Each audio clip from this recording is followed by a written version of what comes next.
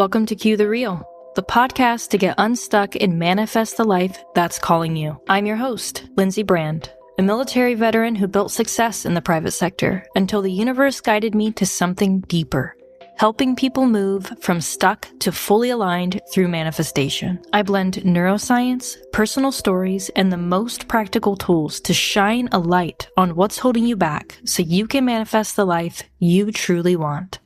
Hey friends, let me ask you something.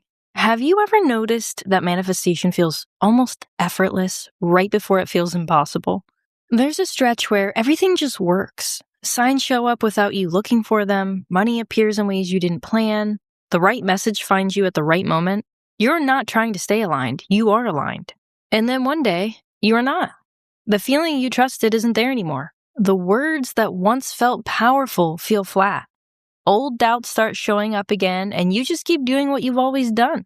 You're journaling, maybe you're meditating, you're living in your future self, staying disciplined, but nothing outside of you seems to be moving. That's usually when people panic. They assume they lost their edge, they lost their way, they did something wrong. What many people don't realize is that this moment is a signal, and it tends to appear right before something real is about to shift.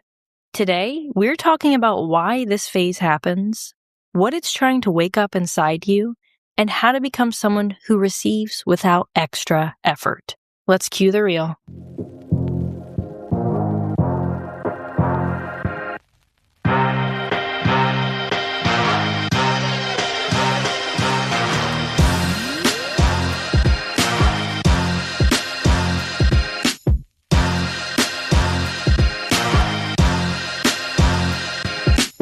Your identity is literally the foundation everything in your life grows from.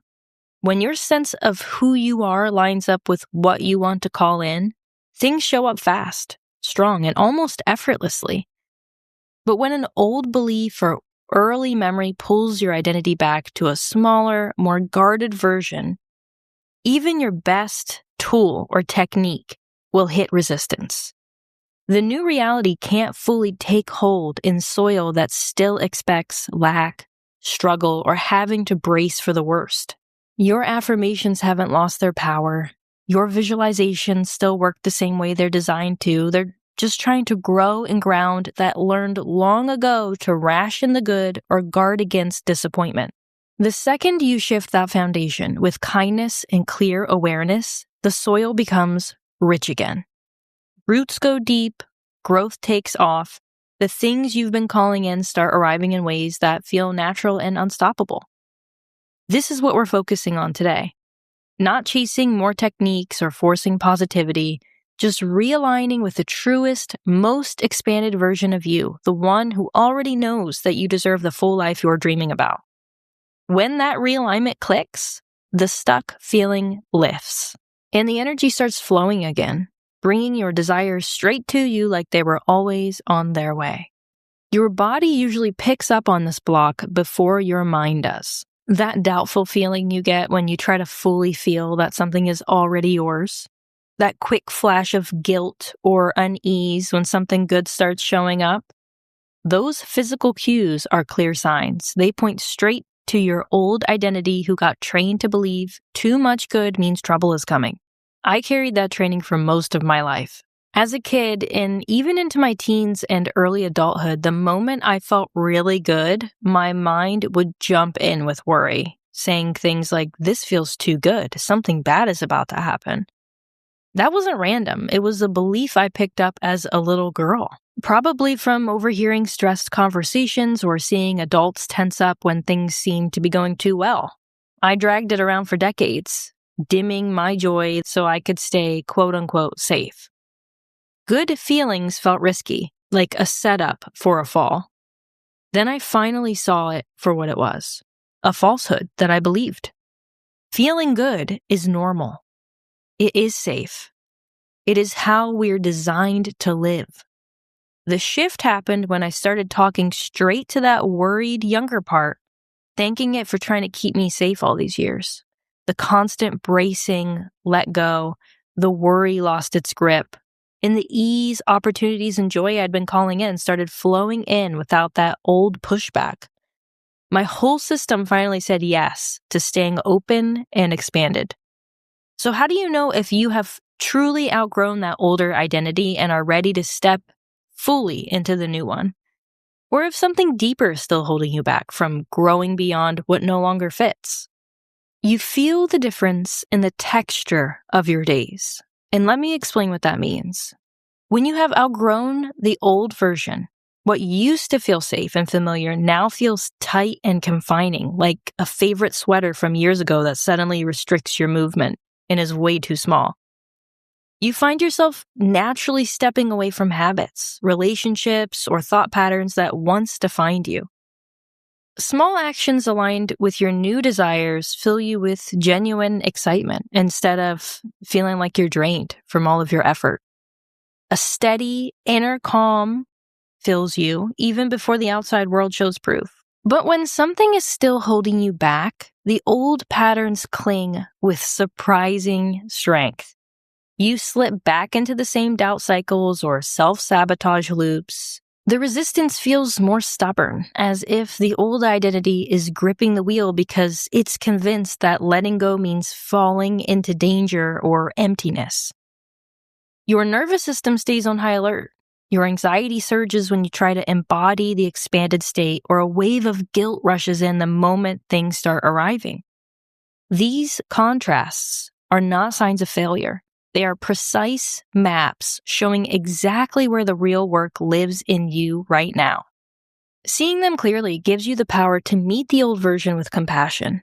Thank it for the ways it once kept you safe, and lovingly guide it to step aside so the fuller, freer you can take the lead. This can be an old identity from long ago or just a couple months ago. Here are the dead giveaway signs the old identity is still running the show. The hot streak starts strong, then vanishes overnight. Old patterns come roaring back like they own the place. Good things show up and your stomach twists like, this isn't for me. You self-sabotage on autopilot, delay, overthink, and make yourself small.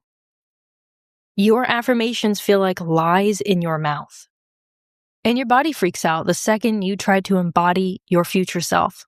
Those examples are the old version fighting to stay in control. And the moment you see it for what it is, the fight is already half won. Let's talk about the steps to end the fight for good. Here is how you make the identity shift real, lasting, and effortless. Step 1, name the current identity clearly. Sit down with a notebook or your phone notes. Write out the sentences that describe who you are right now in the area you are manifesting. Be brutally honest. Here are some examples. I'm the person who always has to hustle for money. I am the person who gets overlooked in love. I am the person who feels guilty when things go too well. I am the person who waits for the other shoe to drop. Write anything that comes up. Circle the 2 or 3 that feel the strongest right now. Those are the anchors keeping the old version in charge. Step 2, decide who you are now. Choose the new identity. Make it bold, present tense, and believable enough that your body doesn't revolt against it. If I am someone who receives millions effortlessly feels like a lie, start with I am someone who is learning to receive with ease and gratitude. Then level up as it settles. Write 3 to 5 declarations that describe the version of you who already has what you want. Here are some examples. I am someone who is chosen and valued exactly as I am. I am the person who creates abundance on my own terms. I am the one who feels safe in joy and lets good stay. Feel the energy when you say those things. This is you deciding who you are now. Step 3, live as that version today. The shift happens through evidence you give to your nervous system. Pick a small action each day that the new version would do naturally. If you're becoming someone who receives easily, you'd stop apologizing for asking for what you want. You send the email, make the ask, accept the compliment without deflecting. If you're becoming the one who feels safe in joy, you pause when good arrives and say thank you instead of bracing. Dress like that version. Speak like that version. Decide like that version. These micro moves rewrite the old programming fast. Step 4 is releasing the old protector with kindness. When the worry, the guilt, or sabotage shows up, don't fight it.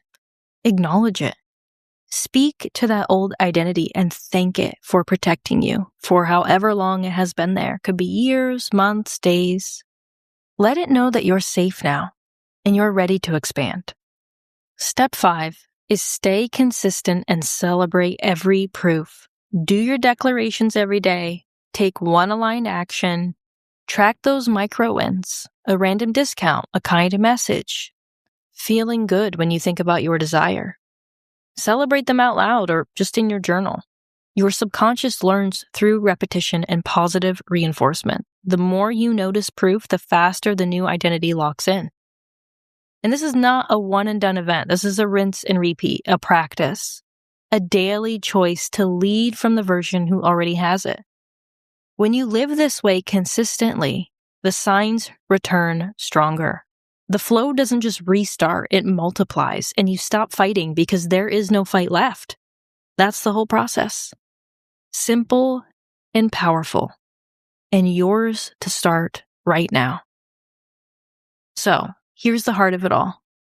Your manifestation didn't stop working, your tools didn't break, and the universe didn't turn away from you. An old identity that doesn't fit you anymore stepped forward to protect what it knew, and in doing so, it blocked the new flow. The beautiful part? The second you name that old version, choose the new one that you live in real ways, thank the protector, and keep showing up, that block melts. You're not doing anything wrong. You're in the exact right place, the middle of becoming the version who already has it. That version isn't somewhere ahead of you. They are already inside, breathing the same air, waiting for you to let them take the lead. You showed up here today. That alone is proof that you're already choosing expansion. If this conversation touched something true in you, share the episode with one person who's been feeling the same way lately. Thank you for being here with me. Remember, take care of that soil within you. Tend to it with love and clear away what no longer belongs so that it can expand endlessly. Until next time.